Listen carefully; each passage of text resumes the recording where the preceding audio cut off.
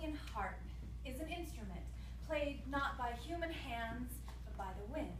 A stringed instrument, tall, if you place it on a hilltop or in a windy corridor, the wind will rush through the strings, causing them to vibrate, making the most eerie, beautiful, and haunting noises, at once a sigh and a moan. It was named after the Greek god, Aeolus, god of the wind.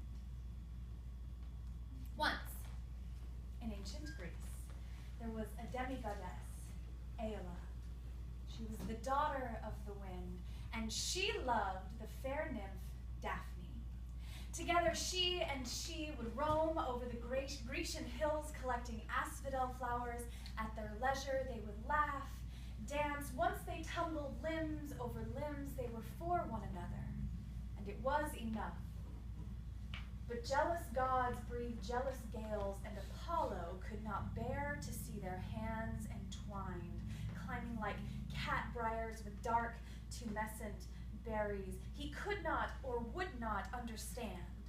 And unable to understand, he felt he must destroy.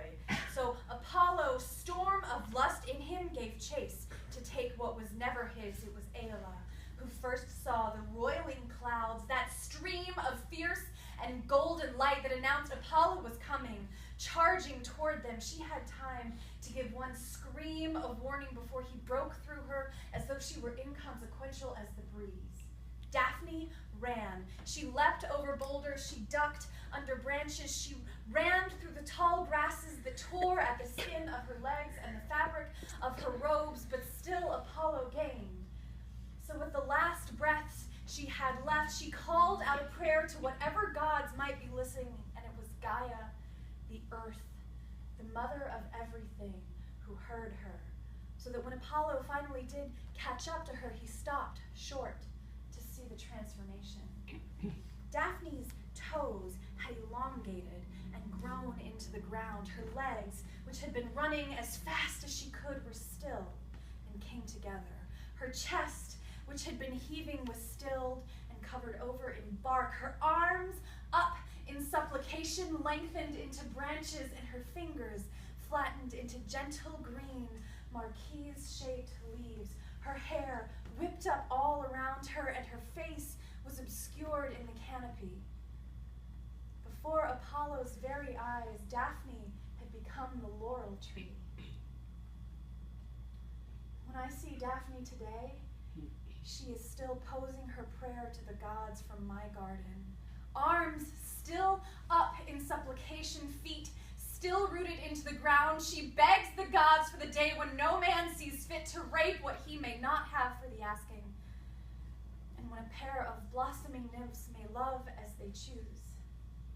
I add my prayer to the laurels, and in my queer heart I dream of some future she, and the knowledge that she and I will be for one another, and it will be enough. Meanwhile, in my garden, Daphne remembers, and the wind whistles through her. She has become both a tree and an Aeolian harp, and Aeola, a whisper of wind, still plays her strings. And if you listen, especially on a night like tonight, you can still hear their song. Aeola, lovely wind, rushing, rushing through my hair. Now I've become a tree.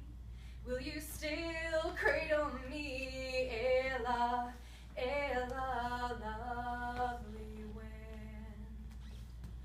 Daphne, I hear you call to me from your green canopy. Let the world change as it may, I will always find a way to kiss your leaves, lush and winsome laurel tree.